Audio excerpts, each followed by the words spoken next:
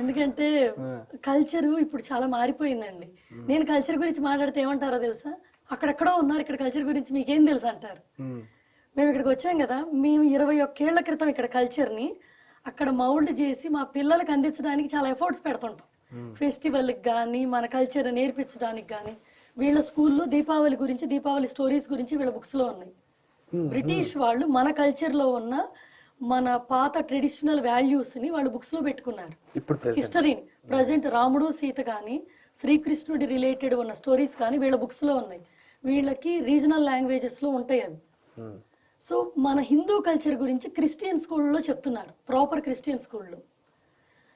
అక్కడ మేము ఫేస్ చేసింది ఏంటంటే హిందూ, ముస్లిం, క్రిస్టియన్ ఏ డిఫరెన్స్ లేదు, అందరూ కలిసే ఉండేవాళ్ళం.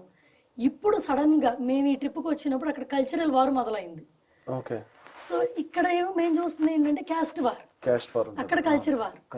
ఇక్కడ మనం ఒక పర్సన్ మనకి మంచి పర్సన్, ఇతను ట్రస్టబుల్, ఇతను చేసే పని బాగుంది అని మనకి నచ్చారు వాళ్ళు అని మనం చెప్పామనుకోండి, ఇప్పుడున్న ఈ పబ్లిక్ ప్లాట్ఫామ్ లో నచ్చింది మనం చెప్పగలం.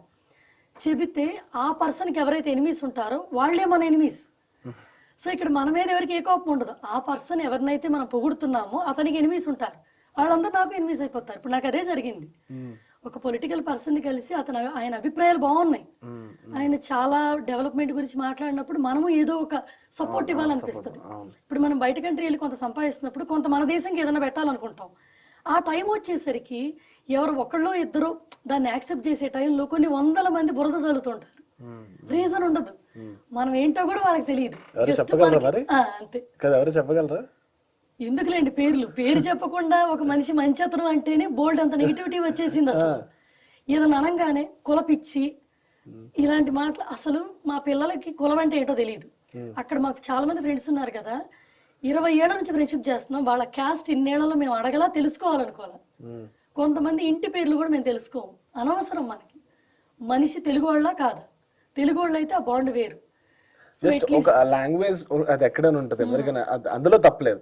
అంటే లాంగ్వేజ్ మన వాళ్ళు అనేది ఒక ఫీలింగ్ తప్పలేదు, కానీ క్యాస్ట్ ఇవన్నీ అనేది డిఫరెంట్. మన వాళ్ళు అనే దాంట్లో ఎంత ఆక్వర్డ్నెస్ ఉందో. ఇప్పుడు మమ్మల్ని ఏమంటారు, బ్రిటిష్ కంట్రీ వెళ్ళామని ఫస్ట్ లో, నేను లాస్ట్ 2 years ago ఇండియా ట్రిప్కి వచ్చినప్పుడు యూకేలో వెళ్ళి మన పరిపాలించిన కంట్రీకి వెళ్ళి వాళ్ళ దగ్గర మీరు సంపాదిస్తున్నారనే నెగిటివిటీ కూడా పెట్టారు. అప్పుడు